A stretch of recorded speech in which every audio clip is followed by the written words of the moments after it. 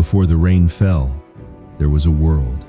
It had voices, families, ambitions, cities, songs, violence, warnings, and people who woke up each morning believing tomorrow would look just like yesterday.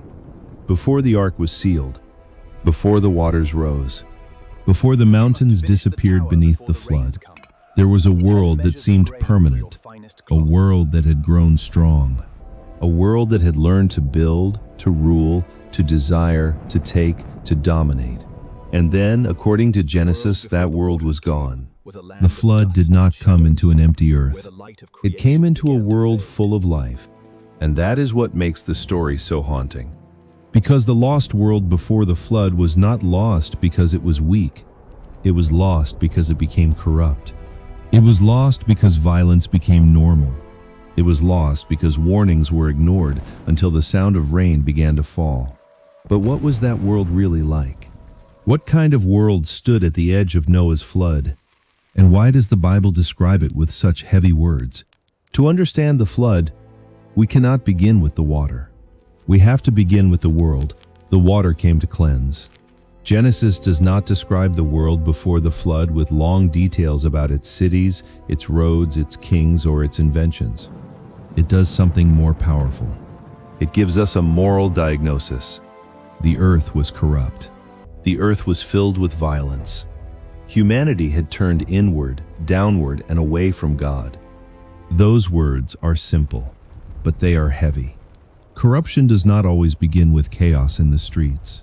Sometimes it begins quietly, in the heart, in desire, in pride, in the slow belief that what we want matters more than what is right.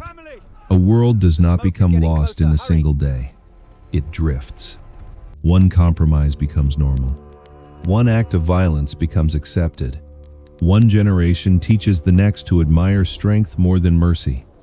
And after enough time, evil no longer feels shocking. It feels like the way things are. That is the world Genesis places before Noah. Not a world without religion. Not a world without knowledge. Not a world without power. But a world where power had lost its soul. In the earlier parts of this story, we explored the Book of Enoch, the Watchers, and the Nephilim. Those ancient traditions imagine a world where forbidden boundaries were crossed, where heavenly beings descended, where corrupted knowledge spread, and where giants became symbols of violence before the flood. But by the time we come to the lost world itself, the danger is no longer hidden on a mountain. It is no longer only in the story of the Watchers. It is no longer only in the shadow of the Nephilim. The corruption has spread into the world, into its habits, its families, its ambitions, its imagination, its idea of greatness. The lost world before the flood was not merely attacked from the outside. It had become sick from within. That is one of the most frightening parts of the story. Because a civilization can look alive while it is spiritually dying. It can have noise, movement, wealth, beauty, and strength.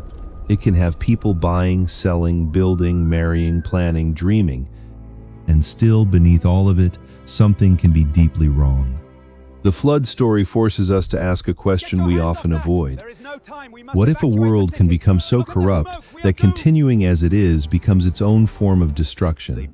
In Genesis, violence fills the earth. That phrase is not small. It does not say there were a few violent people. It does not say one city was dangerous.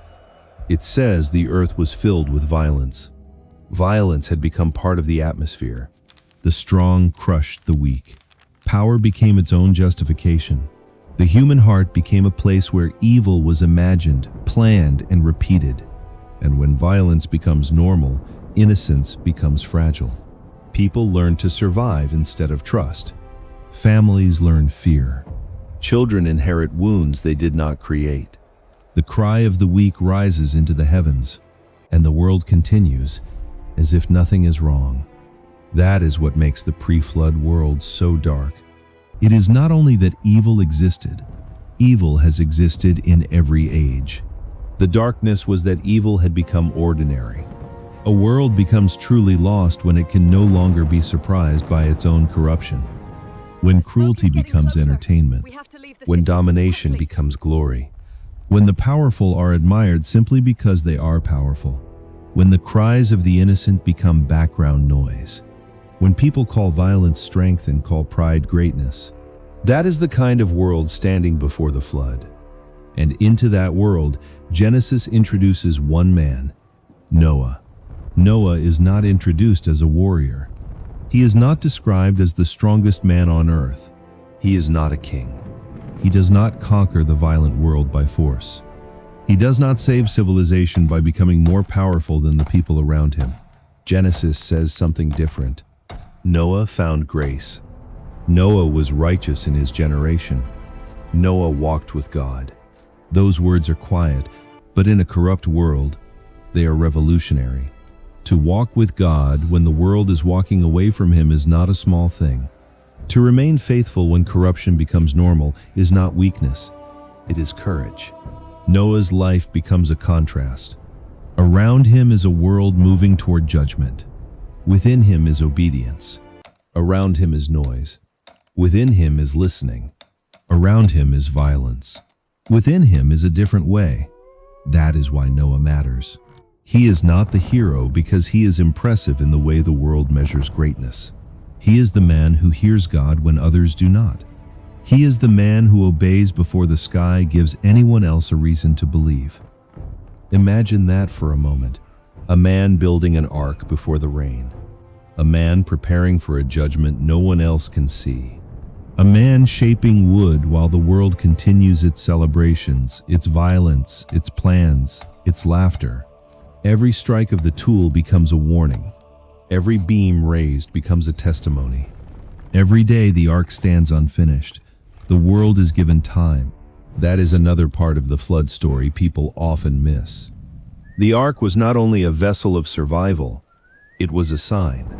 Its very construction announced that the world was not as safe as it believed. Judgment was coming, but mercy had not disappeared. A door was being prepared before the waters came. This is where the flood story becomes deeper than simple destruction. Yes, it is a story of judgment, but it is also a story of preservation, a story of grief, a story of mercy, a story of a world being brought through death into a new beginning. The floodwaters come because corruption has filled the earth, but the ark exists because God does not abandon the future. The old world is judged, but life is carried through the waters. A family, animals, breath, seed, a remnant, a beginning. In that sense, the flood is not only an ending, it is also a painful reset. The world that had become violent is washed away. The world that comes after will begin again, not because humanity earned it, but because mercy carried life through judgment. That is why the image of the ark is so powerful. It floats between two worlds. Behind it is the world that was lost. Beneath it are the waters of judgment. Before it is a future not yet seen. Inside it is fragile life, protected in darkness, waiting for the day the door will open. But before we move too quickly to the rainbow, we have to feel the weight of what was lost. The world before the flood was not a mythic backdrop. It was a warning. It shows us what happens when human life grows outward but collapses inward. When knowledge increases but wisdom disappears. When power rises but righteousness falls. When people build without humility, desire without restraint, rule without justice, live without listening. The lost world before the flood is frightening because it does not feel entirely foreign. Every age knows what it is to normalize corruption. Every age knows the temptation to admire the powerful without asking whether they are righteous. Every age knows the danger of confusing progress with goodness. A society can be advanced and still be cruel. It can be impressive and still be unjust. It can be busy, wealthy, and loud while its heart is rotting. That is the warning of the lost world. The flood did not come because the world had no strength. It came because its strength had become corrupted.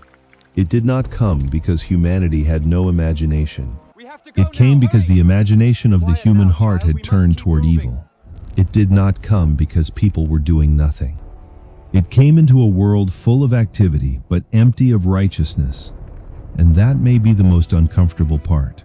The people before the flood may not have thought they were living in the last days of their world. They may have thought life was continuing as usual. One more trade, one more feast, one more marriage, one more plan, one more act of violence explained away, one more warning ignored. Then the rain began. At first, perhaps it seemed like ordinary weather, a darkening sky, a wind across the land, the first drops striking dust. But then the rain did not stop. The ground changed. The rivers rose. The familiar world began to disappear. The roads, the fields, the homes, the places where people had built their names, the places where violence had felt permanent. Water covered what human pride had made untouchable. And the world learned too late that what feels permanent can vanish. The lost world before the flood teaches that judgment is not always sudden in the way people imagine. Sometimes judgment is delayed long enough that people mistake patience for absence. They think because nothing has happened yet, nothing ever will. They confuse mercy with permission. They confuse time with safety. But the ark had been standing there. The warning had been visible. The door had not always been closed. That is what gives the story its sorrow. The flood is terrible, but the ignored warning is tragic. Noah's world was not destroyed without witness. The ark itself stood as a witness, a testimony in wood, a silent sermon against the violence of the age. And when the door finally closed, the time of warning became the time of judgment. Still, even then, the story is not only about what humanity lost, it is about what God preserved. The ark rises. The waters lift it.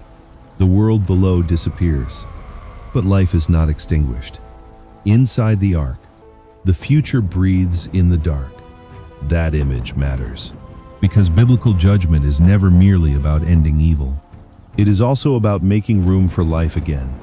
The floodwaters remove a world given over to violence, but they also carry Noah toward a cleansed earth. The story moves from corruption to covenant, from waters of judgment to a rainbow in the clouds, from the end of one world to the fragile beginning of another. And yet the Bible is honest. The flood does not magically erase the human heart. After the waters recede, humanity still carries weakness. The new world still needs mercy. The story of Noah is not saying that water alone can make human beings righteous. It is saying that God judges evil, preserves life, and begins again with patience. That makes the flood story both sobering and hopeful. Sobering because it tells us that corruption matters, violence matters. The condition of the human heart matters. A world cannot endlessly worship power and ignore righteousness without consequence. But hopeful, because even in judgment, God remembers mercy. Even when a world collapses, life can be carried through. Even when everything familiar disappears, a covenant can still be placed in the sky. That is why the lost world before the flood still speaks. It asks us what kind of world we are building. A world of violence or mercy. A world of pride or obedience. A world that ignores warning or listens before the rain begins. It asks whether we measure greatness by power or by righteousness. Whether we admire those who dominate or those who walk with God. Whether we are building monuments to ourselves or an ark of obedience in a world that has forgotten how to listen. The lost world before the flood is not remembered because it was weak.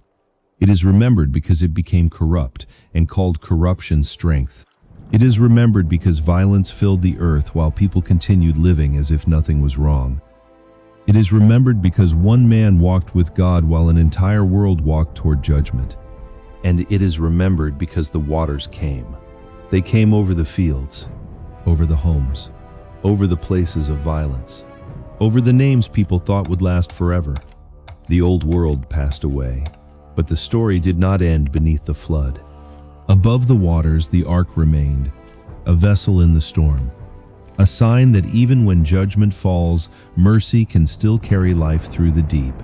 The lost world before the flood vanished, but its warning remains. A world can be loud and still be dying. It can be powerful and still be corrupt. It can ignore the voice of God for so long that warning begins to sound like silence. And then, one day, the rain begins. In the next episode, we will step inside the vessel that survived the end of the world, Noah's Ark, not only as a boat, but as one of the Bible's most powerful symbols of judgment, mercy, obedience, and survival through the storm.